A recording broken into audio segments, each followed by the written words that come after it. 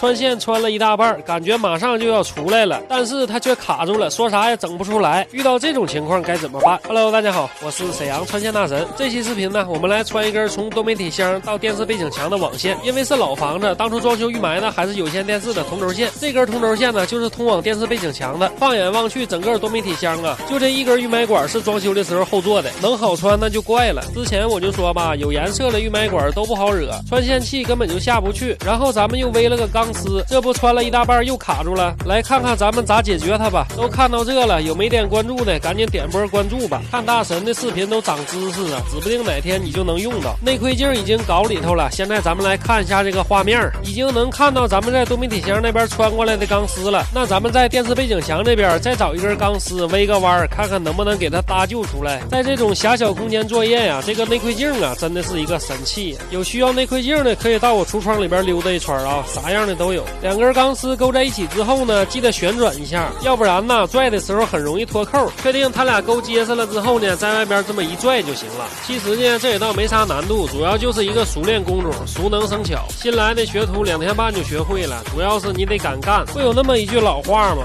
干就完了。但是呢这个钩一定要做好，敢干归敢干，但有的时候呢机会只有一次啊。既然钢线都已经穿过来了，那咱们都已经成功一半了。我相信这波评论区里肯定有人说呀，有线电视的同轴线还有啥用啊，直接给它抽出来换成网线就得了。你说要是能抽出来，我搁这费这瞎劲干啥呀？看有线电视呢算个啥呀？就算有固定电话座机在使用，那不也很正常吗？将咱们要穿的这个网线呢绑在这个钢筋，绑在这个钢丝上啊，然后再拿胶布给它搂几串缠紧了，剩下的呢咱们就可以交给大力。不过这个大力归大力，咱们这个细节呢还是得给它做到位，润滑呢还是要有的，将这个滑溜溜呢均匀的涂抹在这个网线上。然后呢咱们再来讲一讲这个大力，这个大力呢也一定要是温柔的大力，不能是那种狂暴的大力。具体是哪种大力呢？这个东西只可意会不可言传呐，毕竟是祖传的手法，不是3句2句就能讲得明白的。经过了咱们的一阵收与收呢，这根网线已经成功的穿过来了。这一根16的小线管内呀，承载了一根6类线跟一根有线电视的同轴线，基本上呢也是塞得满满登登了。这个线穿完之后呢，面板模块水晶头呢必须来一套啊。当咱们收拾工具准备下一家的时候啊，客户说想在这里再穿一根线。